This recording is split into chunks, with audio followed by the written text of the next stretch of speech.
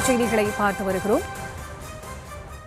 சட்டம் ஒழுங்கு பிரச்சினை தொடர்பாக முதலமைச்சர் ஜோசப் விஜய் இன்றைய தினம் ஆலோசனை மேற்கொள்ளவிருப்பதாக அண்மை செய்திகளை பார்த்து வருகிறோம். தலைமைச் செயலாளர், உள்துறை செயலாளர் மற்றும் காவல்துறை உயரதிகாரிகளுடன் இன்று முதலமைச்சர் விஜய் இந்த ஆலோசனையை மேற்கொள்ள இருக்கிறார். முதலமைச்சர் விஜய் பொறுப்பேற்றதிலிருந்து ஆங்காங்கே சட்டம் ஒழுங்கு தொடர்பான பிரச்சினைகள் நடந்து வரக்கூடிய சூழலில் இது தொடர்பாக இன்றைய தினம் உயரதிகாரிகளுடன் முதலமைச்சர் விஜய் ஆலோசனை மேற்கொள்ள இருக்கிறார். முழுமையான விவரங்களோடு இணைகிறார் எமது செய்தியாளர் ஜெரி. அவரிடம் பேசலாம். வணக்கம் ஜெரி, இந்த ஆலோசனை தொடர்பான முழுமையான விவரம். சரிதா, வணக்கம். சட்ட ஒழுங்கு பிரச்சனை தொடர்பாக இன்று தமிழ்நாடு முதலமைச்சர் ஜோசப் விஜய் ஆலோசனையில் ஈடுபட இருக்கிறார். தமிழகத்தில் நிலவும் சட்ட ஒழுங்கு பிரச்சனை, பெண்களுக்கு எதிரான நடைபெற்று வரும் பாலியல் வன்கொடுமை உள்ளிட்டவற்றை தடுப்பது குறித்து முதலமைச்சர் ஜோசப் விஜய் இன்று ஆலோசனை செய்ய இருக்கிறார். இந்த கூட்டத்தில் தலைமைச் செயலாளர், உள்துறை செயலாளர் மற்றும் காவல்துறை உயர் அதிகாரிகள் பங்கேற்க இருக்கிறார்கள். கோவையில் 10 வயது சிறுமி கொலை செய்யப்பட்டு அதிர்வலைகளை ஏற்படுத்தியிருக்கிறது. இந்த விவகாரத்தில் 2 கைது செய்திருக்கிறார்கள். காவல்துறை தெரிவித்திருக்கிறது.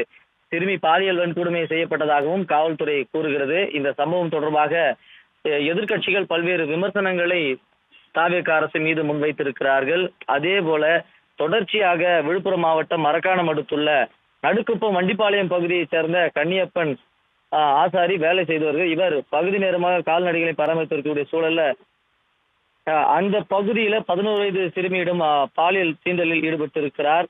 இதே போல தொடர்ச்சியாக 9 நாளான கை குழந்தை கடத்தப்பட்டிருக்கிறது. உடனடியாக மீட்கப்பட்டிருந்தாலும் இதுபோல ஆங்காங்கே சட்ட ஒழுங்கு பிரச்சனையை தலைவிரித்து ஆடுகிறது. இந்த ஆட்சி பொறுப்பேற்ற 4 நாட்களில் இருந்தே இது போன்ற கொடுமைகள் நடந்து வருவதாகவும் எதிர்க்கட்சிகள் குற்றம் சாட்டி வரக்கூடிய சூழல்ல உள்துறை செயலாளர், காவல்துறை உயரதிகாரிகள், தலைமைச் செயலாளர் உள்ளிட்டோருடன் இன்று முதலமைச்சர் ஆலோசனையில் ஈடுபட இருக்கிறார்.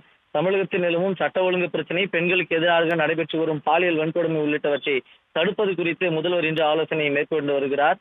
சட்ட ஒழுங்கு பிரச்சனை தொடர்பாக மிக முக்கியமாக இந்த ஆட்சியின் மீது வைக்கக்கூடிய மிகப்பெரிய ஒரு குற்றச்சாட்டாக இருக்கிறது. காரணம், கடந்த ஆட்சியில் நடைபெற்ற சட்ட ஒழுங்குகளை மேற்கோள் காட்டித்தான் பிரச்சாரம் மேற்கொள்ளப்பட்டது.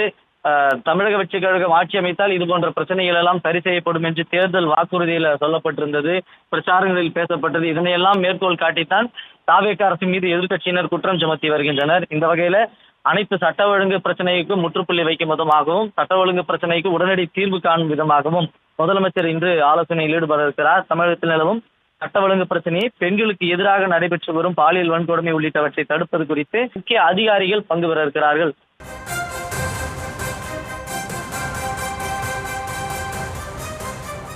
விவரங்களுக்கு நன்றி ஜெரி.